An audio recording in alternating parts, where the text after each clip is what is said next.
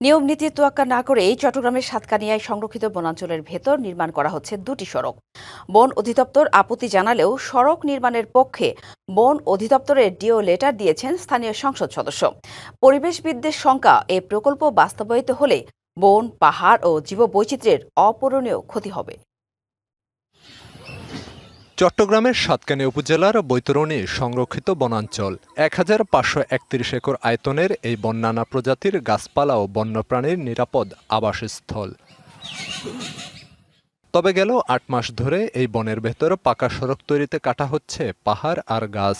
এই সড়কটা হলো মোটামুটি বান্দরবানের ডিস্ট্রিক্টের জন্য সরাসরি যাওয়া আসার জন্য প্রয়োজনীয়, কিন্তু এখানে যতগুলো ঘর আছে সব বন বিভাগের। বৈতরণী সড়ক এই রাস্তাও গিয়ে দেয় ফরেস্টর জায়গার উদ্দি।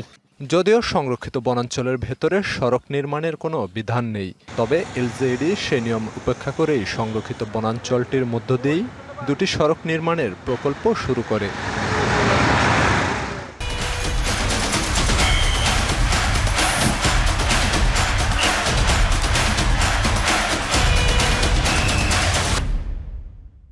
বন বিভাগ এই কাজে আপত্তি জানায়। তা সত্ত্বেও প্রকল্পটি বাস্তবায়নে স্থানীয় সংসদ সদস্যের পক্ষ থেকে সংশ্লিষ্ট দপ্তরে ডিও লেটার দেয়া হয়। পরিবেশবিদরা বলছেন, বনভূমির ভেতরে পাকা সড়ক নির্মাণ হলে বাড়বে মানুষের যাতায়াত, জীববৈচিত্র্যের জন্য তৈরি হবে হুমকি। দেখা যাবে যে এখানে আস্তে আস্তে গাছপালা উজাড় হচ্ছে এবং এখানে মানুষের সমাগমের কারণে যে বাস্তুতান্ত্রিকতাগুলো আছে এগুলো ভয় কিংবা ভীতিতে সংকুচিত হয়ে যাবে, স্থানান্তরিত হবে।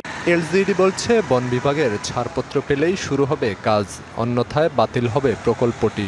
বন বিভাগের প্রধানকে উনি রিকোয়েস্ট করেছেন এবং উনি ডিউ লেটারও দিয়েছেন। যদি বন বিভাগের ক্লিয়ারেন্স পাওয়া যায় তাহলে আমরা কাজ করব, আর যদি না পাওয়া যায় সেক্ষেত্রে আমরা এমপি মহোদয়কে আরেকবার জানিয়ে কাজটা বাতিল করে দেব। জীববৈচিত্র্য রক্ষায় সংরক্ষিত বনের ভেতর দিয়ে সড়ক তৈরি না করে বিকল্প ব্যবস্থার তাগিদ পরিবেশবিদ ও স্থানীয়দের। DBC news desk.